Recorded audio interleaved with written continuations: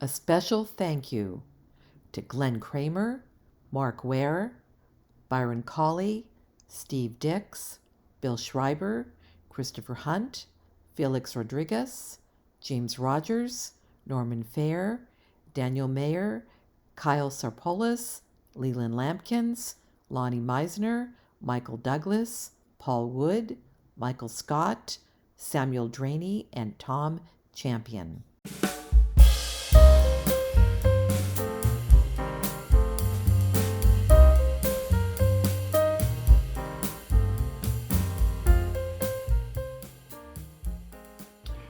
Welcome back to Slot Car Fun. Boy, has it been a week. Yep, it has been. Geez.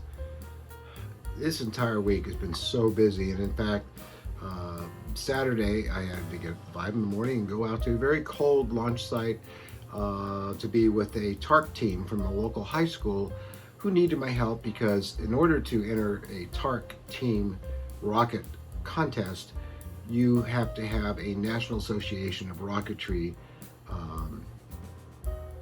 observer there, which is me, and I'm the only one local that could help them.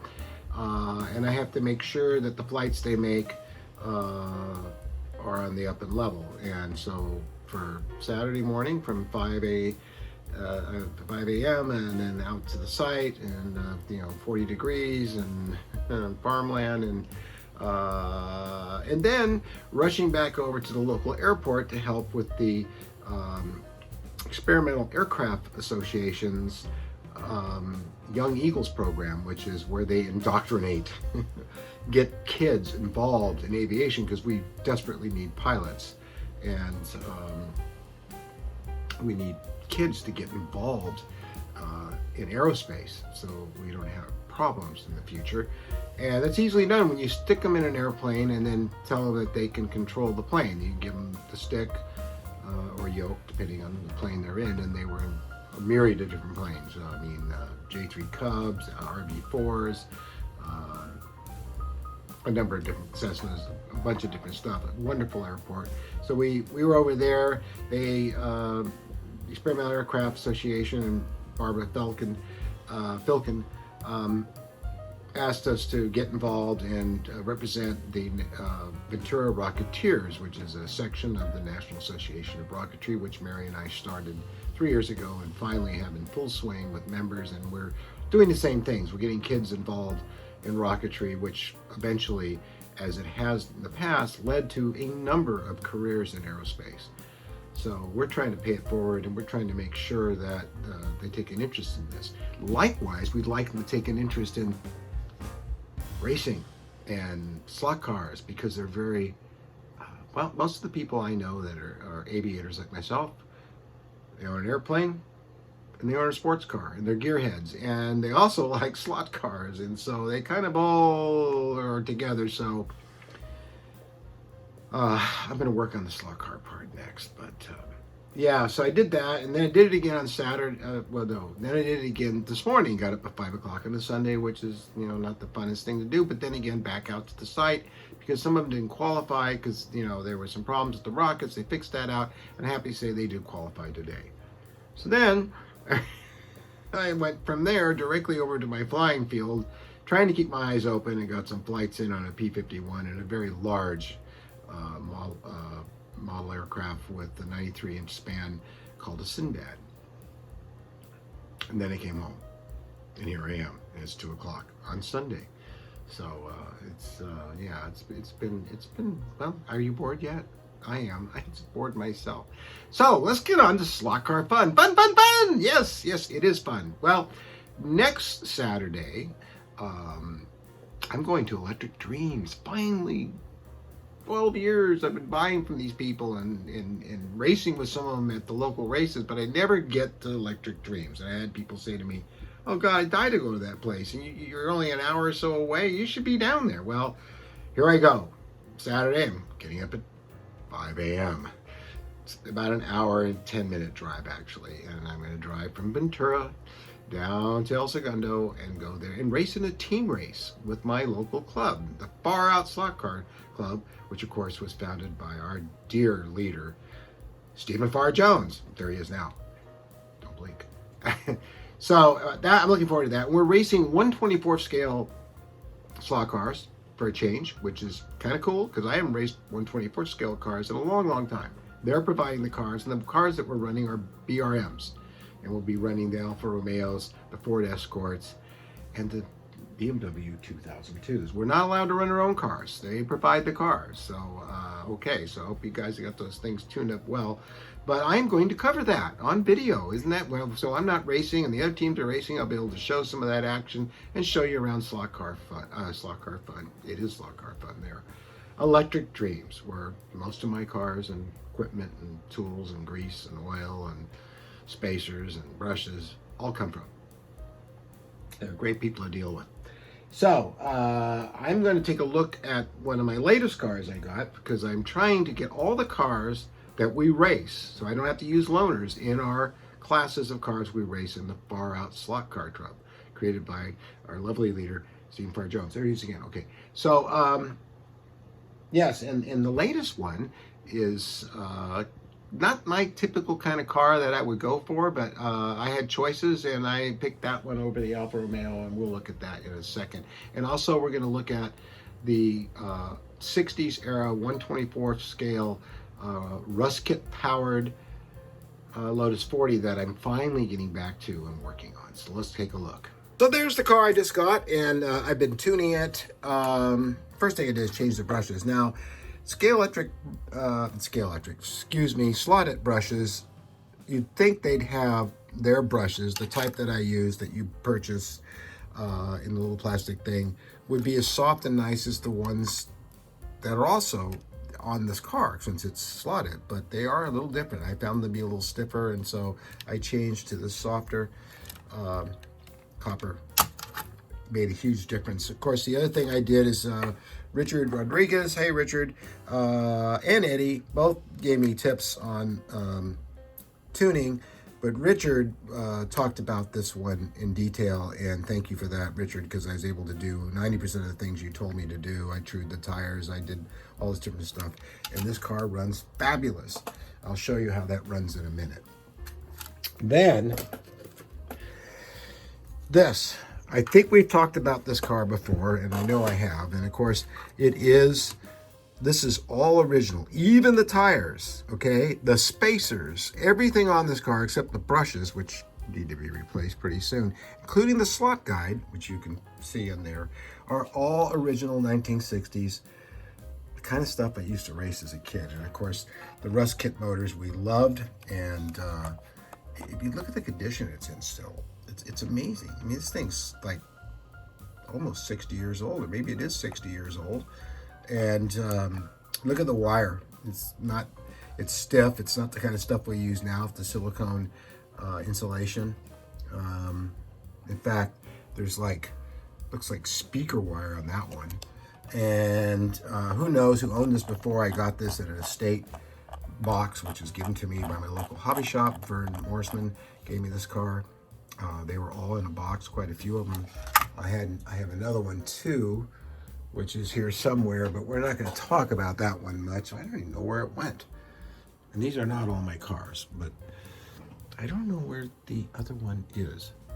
Very interesting, because normally they're both right here. But it's a Formula car with a Dan Gurney Eagle body on it, and it is fabulous. It's beautiful condition still. So, going back to this car, keep it in frame, Steve. I just painted this car the way we used to back in the 60s. I had this body, this very body, and that very motor, and a car very similar to this. It was a 40, because I loved the Lotus. And so I kind of wanted to replicate that. Of course, we never had drivers in it that I can remember. And there wasn't a dashboard either, which you can see I made out of styrene. I used white styrene. It's curved. I have yet to paint the dashboard. I'm going to make some decals for the gauges. I got to make a steering wheel for him. I probably won't be able to get all the detail in there. I bet the seat back's in there, but it's right against the frame, as you can see. So I couldn't put a lot of stuff in there, but just adding the driver. Look at the the difference. I mean, just really. And this is a 1/24 scale driver from Immense Miniatures, and of course Mark Tyler, my old friend I worked with in the movie business for years and years, who's also a slot car addict like myself and like all of us. And you know, his drivers are fantastic. They really are. I haven't finished painting them all the way, so we can get a little more focused. But they look like real people, not like zombies, and I really like that. So, nice stuff. Now, I thought about putting in some real pipes and bending some brass or aluminum or even wire and making my own exhaust stack. These should be painted yellow. I'm going to put the yellow stripe on it. Lotus Team Colors, and but I'm not going to go too far. Why is this camera having such a problem focusing? There. And I'm going to keep the original 1960s rims on it. The tires I probably will replace. God, did these say Goodyear on them? Focus, you miserable thing. You know, this is a new thing with my iPhone. My iPhone's a couple years old now, and so it's not autofocusing. Yep, this says Goodyear. My goodness. Now, I got these front tires off the off eBay. And I got a lot of stuff off eBay. Focus, thank you. For this car to make it as authentic to an original 60s car as I could. What you're seeing there for the body mount, since there was nothing on the sides here, I suppose I could have put something into this anodized aluminum, but what you're seeing is a epoxy sculpt. It's an AB like plumber's putty, and you could use that too. And I made mounts that way, and they worked out very, very well. And then of course, the epoxy doesn't like to stick that well to this PETG. So what I did is very carefully put a little tiny bit of a drop of thin CA under there that kind of leaked under and really made it bond very well, so they don't pop off and don't take the paint off the inside of the body. And it worked really well. And I just tapped it and drilled it and put some set screws in like that. It worked perfectly. Now, this car runs very, very well, and unfortunately, I can't run it on this track.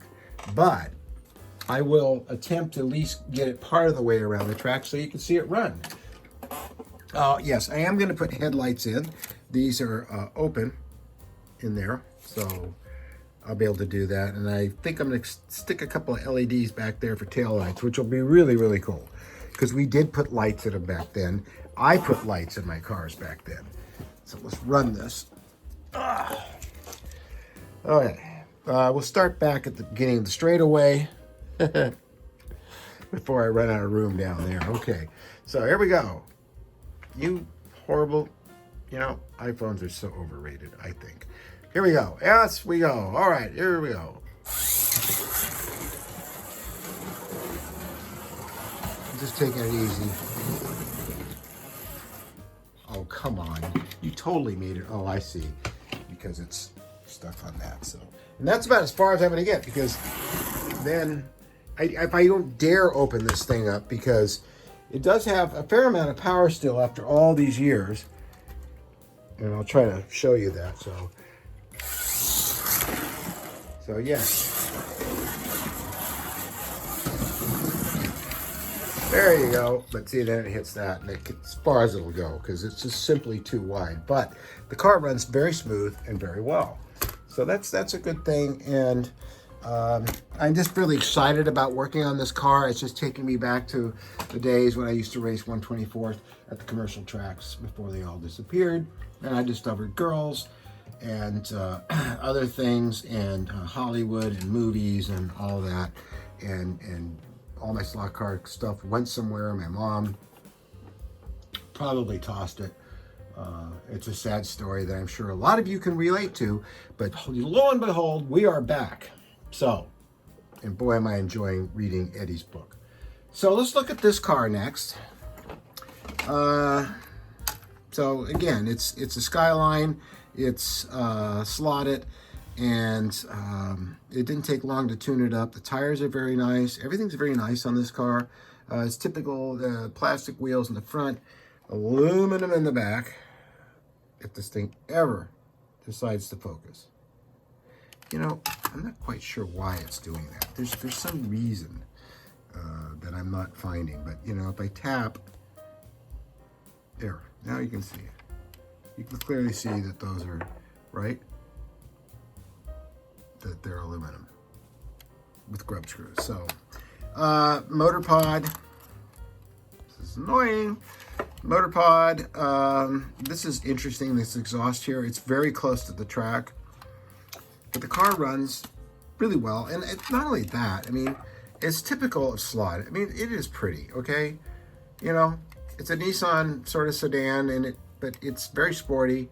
They did a great job on the livery on it. I know they just came out with the red, white, and blue one this Friday. I could have ordered it, but I didn't want to wait because I needed this for a race coming up. And I'm happy with this. But look at the clear. Look how those decals, they're submerged in it. So that's really nice. The inserts are nice. It looks exactly like the actual car. So let's give it a run and put this big boy over here, big girl. I still love this, and I'll show you how well this is running since setup day, which I guess was last weekend. I guess it was. All right, so we're out of focus again, and I think it's a setting. So I'm going to tap on that for now, and then we're going to run it. The tires are a little dirty. Look, in typical Slot it. It's very, very, very smooth running car.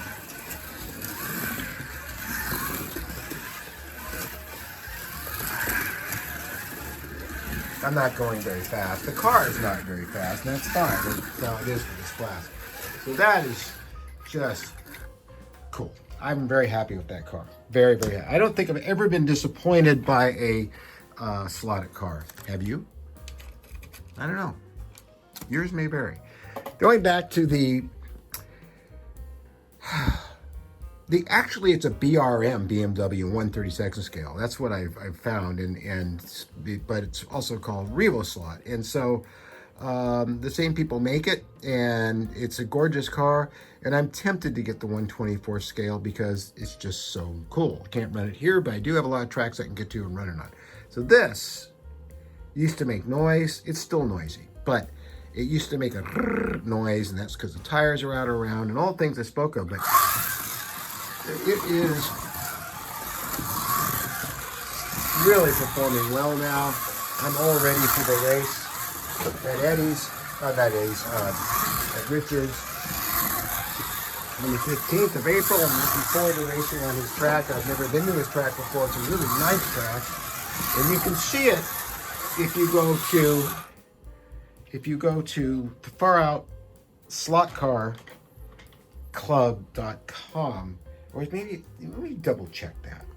Well, I was going to show you the website, but as you can see behind me, I have the donut of death going around. And that's because our internet speed here is not very stellar, and it's hard to get stellar internet speed where I am.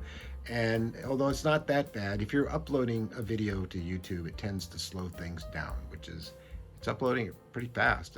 But you know, try to get his site, it's really annoying. So it's the Far Out Slot Cars. Far Out Slot Cars, and that's FARROUT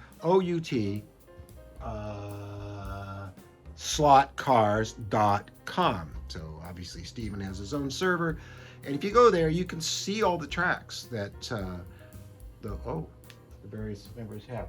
Maybe we can take a look now. There you go. That's Big Al's. I forget whose that is, but you can see them this way, but you can also go up here where it says, that's Richard's track, I believe, tracks. And Far Out Slot Car Racing tracks. So let's go to, where's Richard's? There it is. Oh, same issue. It's taking forever to get it there. Well, that's Big Al's, which is down, I think, Culver City. And you can see all the different tracks that we race on. I believe that's Eddie's Richards, because it's got 3 lanes. That's Steven's track. and that's as it appears today. And that's Fast Eddie's track, Eddie Shore. This is the one at the museum, and that's Electric Dreams, where I'm going. So anyway, that's the Far Out Social Slot Car Racing Club. Oh, SoCal. So, well, it is very social. Again, created by our leader, Stephen Farr Jones. There he is. Wonderful guy. So now you know, if you in the Southern California area and you want a good club to race with, this is a great club. Now, keep also in mind that there are people like Duwan that comes all the way from Nevada. He flies down, checks into LAX, takes an Uber, and comes over and races with us. That's inspiring. And it's because of you, Duwan, that I started getting off my butt and driving an hour to an hour and a half. I mean, compared to what you have to go through, I was being a lazy butt. So that's going to do it for this slot car fun. I hope you enjoyed it. I hope I didn't talk your ear off too much. But then again, a lot of slot car racing is social and talking about what you've done, what you're going to do, and what you like in cars and all that kind of stuff. So that's what I try to impart on you. I want to thank you guys, especially you new guys over at Slot Blog.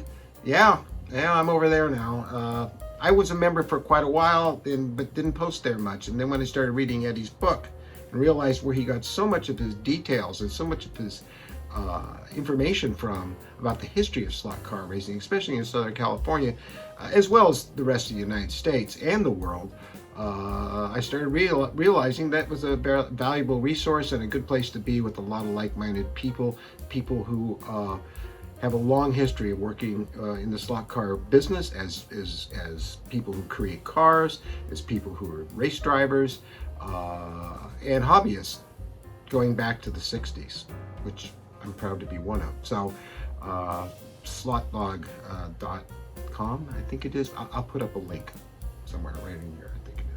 So great place to go to. So if you're just getting into slot car racing, you can learn a lot from Eddie Shore's book and also the Slot Blog and also Facebook with the Far Out Slot Car Group. And don't forget Dave Kennedy, and don't forget Travis, that slot car guy, and John Kett from Canada with Scale Car Garage.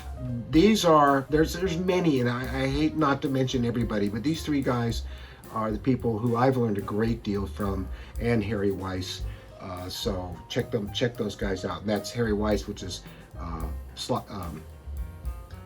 Home Racing World, HRW. So great place to go, whether it's his website or you go to Facebook, you can find all these things. So I know that you can run this back and play it again and hear what I'm saying. I won't put links for everything, but thanks so much for your support. Thanks for all the likes. Thanks for everything. You guys are terrific.